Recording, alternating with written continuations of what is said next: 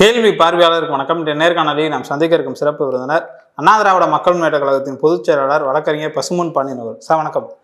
வணக்கம்.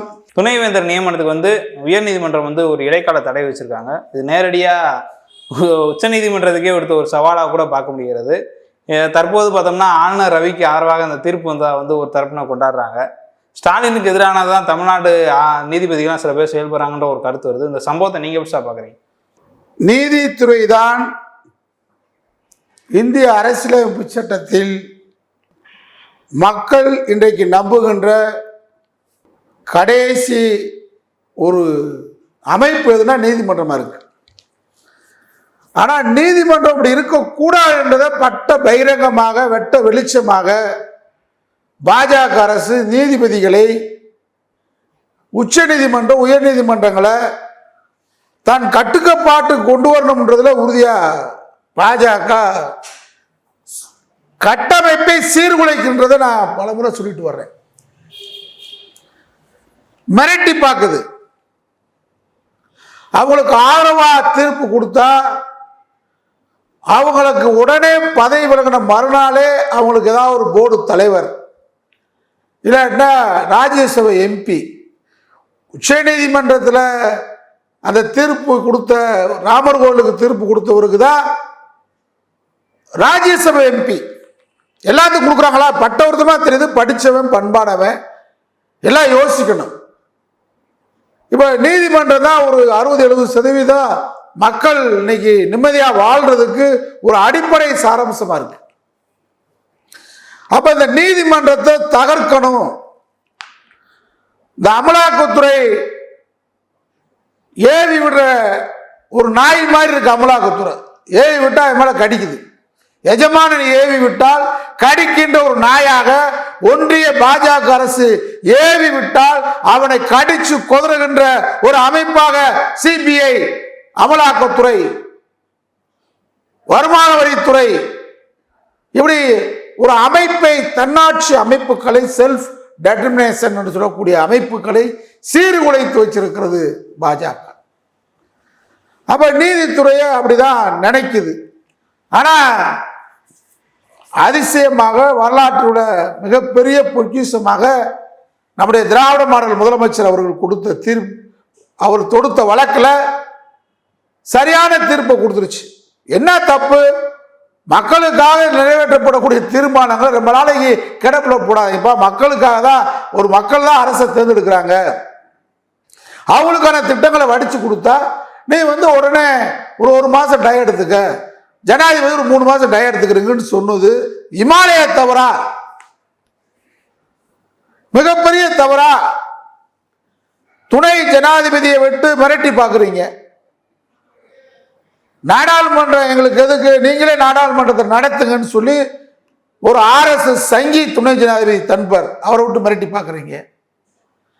இப்ப ஜனாதிபதியை விட்டு நீங்க என்ன பண்ணிருக்கணும்? ஒரு 5 பேர் முழு அரசியல் பெஞ்ச், அதுக்கு நீங்க மறுசீராய்வு மனு போட்டுக்கலாம்ல. அதை விட்டு எதுக்கு ஜனாதிபதி விட்டு மிரட்டி பார்க்கிற மாதிரி? அப்ப ஜனாதிபதியும் இன்றைக்கு ஒன்றிய அரசால் ஏவி விடப்படுகின்ற ஒரு கணையாக, நான் அவரை அமலாக்கத்துறை சொன்ன வார்த்தையை அவருக்கு பயன்படுத்தாத ஜனாதிபதிக்கு மரியாதைய, ஆனா அமலாக்கத்துறை மரியாதை கெட்டு போச்சு, கேவலப்பட்டு போச்சு. முதல்ல அமலாக்கத்துறையை கட்டி வச்சு விட்டாங்க. எத்தனை இடத்துல இனிமேல் அமலாக்கத்துறை கட்டி வைக்க போறேன்னு சொல்ல முடியாது. தமிழ்நாட்டுக்குள்ள நீ வடநாடு மாதிரி நினைச்சிட்டு அமலாக்கத்துறை அதிகாரி இங்க கண்டமேனிக்கு போனாங்க கட்டி வச்சுக்கலாம். அது நடக்க போகுது, அது வேற. பாப்போம், ஜூன்ல நம்ம ஆரம்பிக்க போறாங்க. அமித்ஷா, ஸ்டாலின் எத்தனை சாவு வந்தாலும் எந்த சாவுக்கும் பயப்பட மாட்டான் தமிழன், தெரிஞ்சுக்க. அது மாதிரி இன்னைக்கு நீதிமன்றத்தில் இன்னைக்கு நம்ம வேந்தர்கள், அதாவது துணைவேந்தர் பல்கலைக்கழகத்தில் போடுறதுக்கு வேந்தர்ன்ற பட்டம் கவர்னருக்கு இருந்துச்சு. கவர்னர் அந்த பட்டத்தை வச்சுக்கிட்டு சரியான ஆளை போடாமல் காசு வாங்கிட்டு பாஜகக்காரங்க, தமிழ்நாட்டில் இருக்க பாஜகக்காரங்களை வசூல் பண்ண சொல்லி சும்மா ரோட்டில் புரோட்டா கடை வச்சிருக்கிறவன், ஜோடா குட்டி கடை வச்சிருக்கிறவன் இவனை புறம் தூக்கி நீ துணைவேந்தரா போலான்னு பார்த்தீங்க. அது நடக்கலை. இப்போ உச்ச நீதிமன்றம் ஒரு சரியான தீர்ப்பை கொடுத்துருக்கு. குஜராத்திலேயே மோடி முதலமைச்சராக இருக்கும்போது வேந்தர்ன்ற பட்டத்தை முதலமைச்சருக்கு தான் வாங்கிட்டார் தீர்ப்பு. பல்கலைக்கழக துணைவேந்தர் கூட இன்றைக்கும் குஜராத்தில் முதலமைச்சர் தான் அப்பாயின்மெண்ட் பண்றார். அங்க ஒரு நீதி, தமிழ்நாட்டுக்கு ஒரு நீதியா?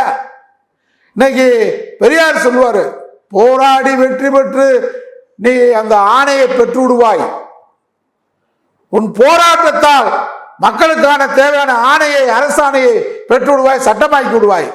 ஆனால் நீதிமன்றத்துக்கு போகும்போது 2 உச்சி குடும்பி இருப்பான், அவன் அதை தடை பண்ணிடுவான்னு சொல்லுவார். இன்னைக்கு நம்முடைய உச்ச நீதிமன்றத்துடைய தலைமை நீதிபதியே வருத்தப்பட்டிருக்கிறார். கவாய், என்னை வரவேற்கிறதுக்கு தலைமைச் செயலாளர் வரல, என்னை வரவேற்கிறதுக்கு போலீஸ், மும்பை போலீஸ் கமிஷனர் வர மாட்டேன்றார். ஒரு உச்ச நீதிமன்றத்துடைய தலைமை நீதிபதி அவரே வருத்தப்பட்டு சொல்றாரு. இன்னைக்கு ஓய்வு பெற்ற ஒரு நீதிபதி நேற்றைக்கு பேசியிருக்கிறார், நான் என் மனைவிக்கு கொரோனா தொற்று நேரத்தில் நான் ரொம்ப டிரான்ஸ்ஃபர் கர்நாடகத்துக்கு கேட்டேன், அவங்க எனக்கு கொடுக்கல, அதனால் பல அல்லல் பட்டு போனேன். ஆனால் பிஆர் கவாய் இருந்திருந்தால் எனக்கு கொடுத்துருப்பாரு, இப்படிலாம் நீ பழிவாங்கன்னு சொல்லி இன்னைக்கு உயர் நீதிமன்றத்துடைய தலைமை நீதிபதி வந்து ஓய்வு பெற்றவர் இன்னைக்கு வருத்தப்படுறாரு. இன்றைக்கு நீதியரசர்கள் சாமிநாதனும் நம்ம லட்சுமி நாராயணன் 2 பேரும் துணைவேந்தர் நியமனத்துக்கு தடை என்ற செய்தியை பார்த்து முழுமையாக என்ன அந்த சட்ட ஆணைகளை நான் பார்க்கவில்லை. ஆனால் இது நீங்க தடை ஆணை போடுறதுனா, நான் நீதிமன்றத்தை உங்கள் தனிப்பட்ட நீதிபதிகளை நான் பேசல, யார் நீதிபதின்றதும் உங்க நடவடிக்கை நாட்டுக்கு தெரிஞ்சுக்கிட்டு இருக்கு. நேற்று கூட உச்ச நீதிமன்றம் GR சாமிநாதன் நீதியரசர் கொடுத்த தீர்ப்பை கடுமையாக விமர்சனம் பண்ணியிருக்கு. இந்த சவுக்கு சங்கர் வழக்குல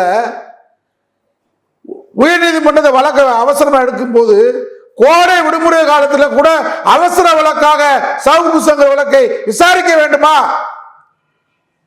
அப்படின்னு நம்முடைய நீதியரசர் GR சாமிநாதன் சொல்லியிருக்கு.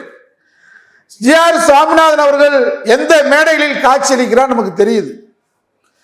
அவர் பதவி பிரமாணம் எடுப்பது மதச்சார்பற்ற தன்மைக்கு, மதச்சார்பற்ற நாட்டில் வாழுகிறோம், சாதி சமயங்களுக்கு அப்பாற்பட்டுதான் ஒரு நீதி பரிபாலனம் இருக்க வேண்டும், அரசமைப்பு இருக்க வேண்டும்.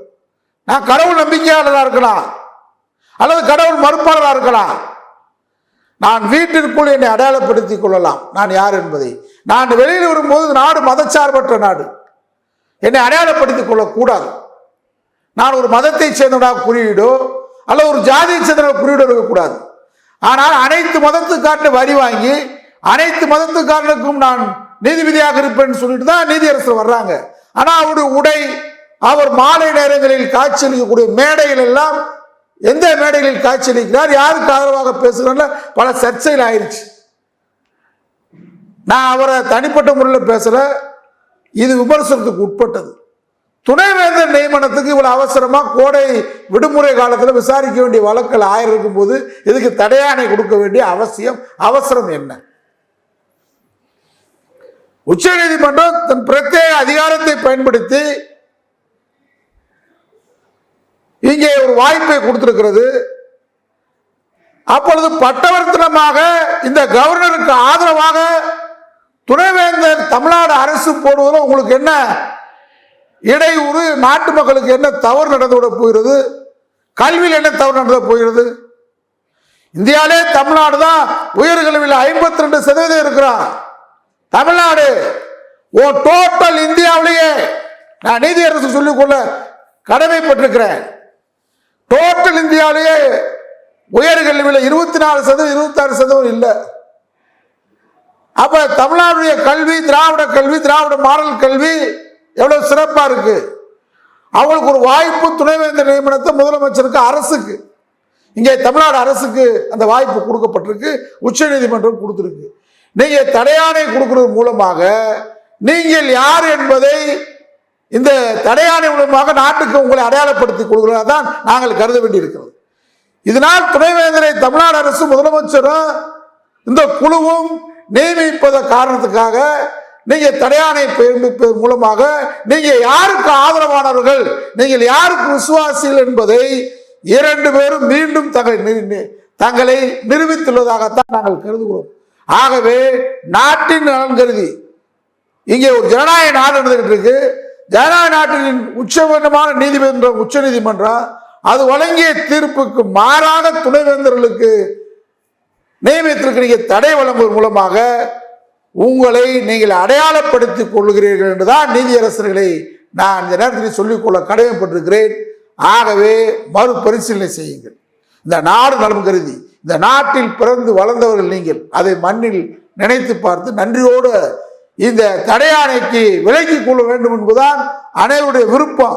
நீதிமன்ற பரிபாலன முறையில் அதற்கான நடைமுறையை தமிழ்நாடு அரசு மேற்கொள்ளும், உச்ச நீதிமன்றம் செல்லும், வெற்றி பெறும்.